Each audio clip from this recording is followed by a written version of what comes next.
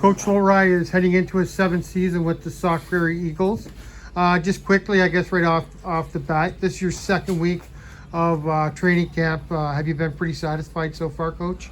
Absolutely. The boys, they put some time in this summer once a week on their own as a group, and then they had their captain's practices, and you could tell that they're ready to go. Yeah, I watched one of those captain's practices earlier. It wasn't just a couple guys playing shinny. That was very structured, and these guys really know what they're doing. And you had a couple guys playing for Team Wisconsin. Mm-hmm. They come in really prepared. That has to be pretty noticeable for you, I would think. Well, I think when you look at our leaders, especially our seniors, when you look at Nick Mast, Micah Hansen, Eric and Hawken, Peterson, those guys have all, well, with the exception of Micah, because he's actually just accepted a Division I scholarship to play lacrosse next year. Oh, okay. But the other 3 have traveled and done the Team Wisconsin and all that. You can really tell that they're seniors and they want to do well. Yeah. With Team Wisconsin, it's not just a little bit of hockey. It's literally another season, I think. A lot of bit of hockey. Yeah, they've been going since August. Really, they start training in August, and then they play almost every weekend. Probably about 20 games between then and November, whatever it is, 6th or 7th before our season starts. Okay. It's something that's been really beneficial to our Wisconsin kids that want to play at the next level. Because the reality is, if you want to play at the next level, you've got to play against the other players in the country, and that's what they do at that level. Yeah, absolutely. So because of that, does that give you a bit of a jump start, or how much time do you spend conditioning when you start your camp like last week? We try to condition and drill, and we're back to your point. There's teams that have, Edgewood's laden with TW kids. Oh. Verona, their deal. Those are 2 really good hockey teams again this year. Mm-hmm. And so I don't know if we have a benefit over it. It's just nice to be able to jump on the ice and have kids that can catch a puck and make a puck. And they're good for the other guys because the other players want to emulate them. We have a lot of freshmen and sophomores out there. Mm-hmm. Yeah, great program here in Sauk Prairie, right? Really down to the youth level too. I wanted to ask you about the pace of your drills. You play pretty much at 100% game pace. Maybe not quite as physical, but you don't want to be injuring each other out there. But you're playing at game pace all your drills, it seems like, and that's got to be really helpful. Well, we changed a couple things this year. We've always been limited with numbers, and then just because we have numbers, now all of a sudden we have a disparity in talent. We've got freshmen coming in, just played Bantam, and we've got Nick Mast, who's played TW for 3 years. You get the difference. Yeah. So this year, what we're doing is we're trying to get our players to go every 3rd shift at practice, so they have proper recovery, and then that's the plan. Hopefully we can get 4 or 5D and 9-10 forwards going in our season this year, because in the past I think we run out of energy, and we're going to see the first half here. We'll stay the course and see if we can't get a little more energy out of all of our players, but certainly our top players late in the game. Okay. Yeah, it's interesting you said about the numbers. It looks like your varsity and JV are practicing together, but it is pretty crowded out there. Well, but it's structured where they all do a lot together, but then when we do breakouts or we do a half ice forecheck, everybody's doing the same thing at both ends. I think it's important to have the JV with the varsity because that's our future. And you can imagine what a JV practice would look like at 6 o'clock in the morning with 12 players, and a lot of them aren't ready to make plays. I understand. So I think it really helps them by being out in this environment. Okay, I want to ask you a little bit about the schedule, but first, Coach, what would you say is the identity of your teams, or does it change year to year? No, it hasn't. I was telling someone the other day about when I first got here. They had their whatever culture. They had their own culture and their own identity. And I just thought we should change it. I wanted to change it if I was going to run the team. And now what we have is punctuality. They run the locker room. I hardly even go in there. Okay. They clean it every day. It's spotless. Every locker is perfect. I don't have to remind them. Discipline, preparation when you get on the ice. Pay attention. Be on time.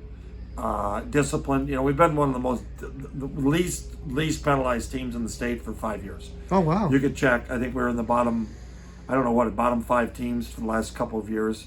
So the discipline is really important. Okay. And then we want to play fast if we can. And sometimes it's tough. I think everybody's got 4 or 5 kids that can play fast. It's how do you get the other kids that maybe aren't as skilled or don't skate as well? How do you get them to play fast? Well, that's what we're working on in practice every day. Awesome. I want to ask you a couple of things about the schedule. First of all, the new Badger West. You've already mentioned Madison Edgewood. They did have a ton of players at TW this season. You clearly have the bar set high after the last couple seasons, and I think Madison Edgewood and RWD are both going to be really tough opponents this season. Well, don't. Here's the thing: we lost Wanakee, but we gained Edgewood. So right. Careful what Wanakee has been so good. Yeah, you're absolutely Eric has right, done such a great job with that program, but now we've got them, and that's fine. That's fine. We want to go to Le Mans and play Edgewood. We want Edgewood to come here. Those are the games we're ready to play, that we want to play. Are we going to win all those games? Probably not. Are we going to compete in those games? I'd be disappointed if I expect we will. Okay. And then the other thing I was going to ask, I think, if I'm not mistaken, you have added that pretty high caliber tournament at Christmas. Are you playing in the Madison tournament this season? We're playing in the Culver Cup. Yeah. Which is great for me because I'm an old school guy in Dane County. We used to have the holiday tournament, the high school one at Hartmeyer. And what we're having this year is we waited 5 years to get into it. Yeah. We were like number 3 and then number 2, and then we were number 1 on the waiting list. And we got a call this summer, we got in. So yeah, we're really excited. I might be more excited than them because it's a holiday tournament. Casual fans come. They don't have a horse in the race, but it's a great time during the holiday. So we're really looking forward to that. Yeah, I think it's going to be a pretty competitive. It usually is very competitive too. So. Well, that's where we're at. Yeah. And just because of the level that you've reached the last couple of seasons, I got to assume that, most coaches don't like to talk about goals and stuff like that, but the bar has to clearly be set pretty high this year for your team. Yeah. Okay, now we've got a great group of kids. We've got 2 junior goalies. We've had, the thing is we just keep pushing forward. Mm-hmm. Every guy in that locker room knows what's happened the last 2 years, okay? You get beat by Verona in a tough game in their rink, standing room only, and then they go on to win the state tournament. Yeah. And then, of course, last year we played them again. I thought we had a good shot, and it didn't happen. We were up 1-0, and they're just deeper and better than us. Okay. They're better. They're well coached. Edgewood's the same thing. They're Yeah. deep. They're well coached. They've got the Rotherings. They've been there for, I think, 50 years. They're, father and sons. Oh, boy. Their structure is there. It's very disciplined. Yeah. But they play. They train well. Reedsburg says for itself. Neil's been there over 20 years. Mm-hmm. He's had nothing but success. I already know he loves playing us, and we love playing him. So Great rivalry. it should be a great. And we got out when we start the season off with one of the most successful programs in the last 10 years. Onalaska comes to our building to start the season off, so we've got a great schedule. Yeah. And the any feelings about the usually the teams kind of ease their way into the conference schedule. This season, I guess because of that Badger Challenge thing or whatever, Right. You're going to play half your conference schedule before Christmas. So you really have to kind of hit the ground running, which I guess you always do anyway. But Yeah, I don't pay too much attention. I pay attention to that date when we go to seeding. I think it's February 2nd this year. I'm not sure exactly when it is, but yeah.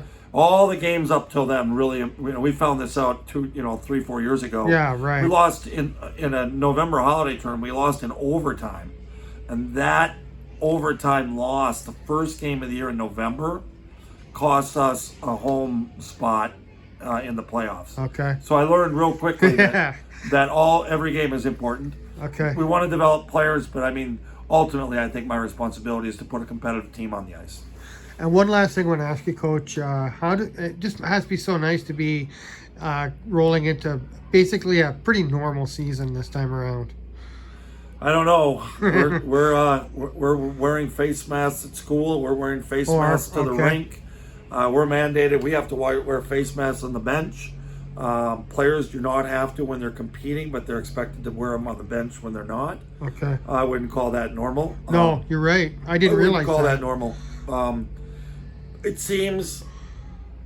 almost seems like we're all getting a little used to it. Not that we like it, but it's not as big of a deal anymore. Okay. And we'll do what we have to do. I mean, we don't want to get COVID in our locker room. And No. we got shut down last year. The one player, I think we're shut down for 8-9 days. We're going to try to get through unscathed. All right. Okay, Coach, I appreciate the time, and good luck in the season ahead. Okay, thanks, Jim.